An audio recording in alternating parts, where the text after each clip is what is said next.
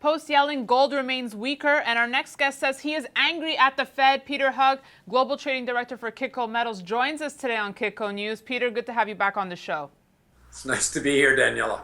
So in your morning commentary, Peter, you said, look, you're angry with the Fed right now. Let's elaborate on your comments here. Well, that's a generalized statement that I'm angry at the Fed. I'm more angry and disappointed at the Fed presidents and some of the jargon that they spewed last week. Most of them being extremely hawkish, putting an April rate hike back on the table, and actually potentially adding another 2 or 3 hikes before the end of the year. Again, I'm not sure if they're interviewing for a job in private industry, but absolutely an asinine comment from all of those hawks.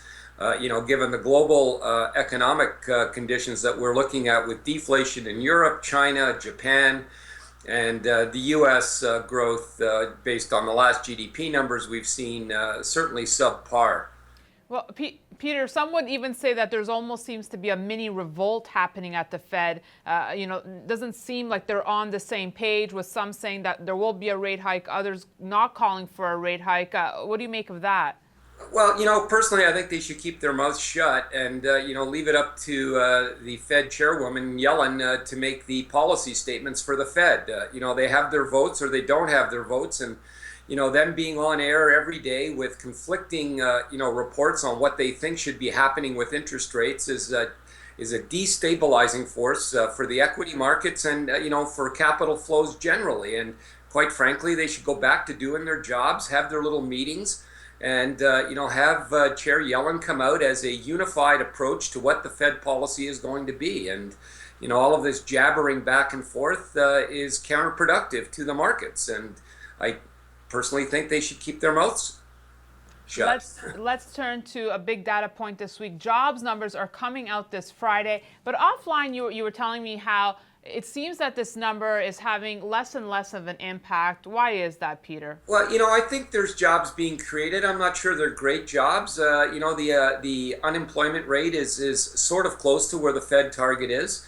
But there's I'm not sure the evidence on the posted number is an accurate number. We've never really seen the number. That is the actual number when you take into consideration people that have given up looking for jobs. So I certainly don't buy in that the unemployment rate is down around 5%. I'm guessing it's probably closer to 8.5%, 9%.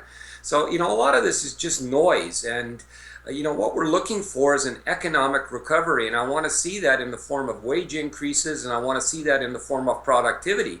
And I'm certainly not seeing it from the Europeans, nor the Japanese, nor the Chinese, and it's starting to slow in the U.S. when you look at factory orders and some of the more tangible, basic measurements that you look at to see economic growth, and the economic growth is starting to slow.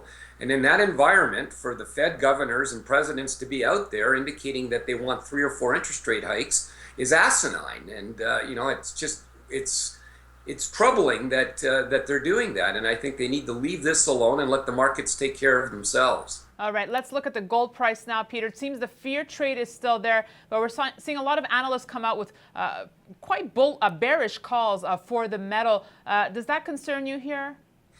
Again, I think, a lot of people got caught up in this garbage that came out over the past 2 weeks, this hawkish sentiment.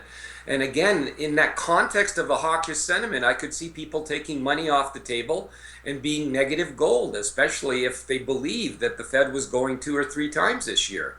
But when the light of day, shone, it became apparent that Chairwoman Yellen is definitely not interested in raising rates, certainly not in April, and I got the impression she's probably taking June off the table. So there was a relief rally.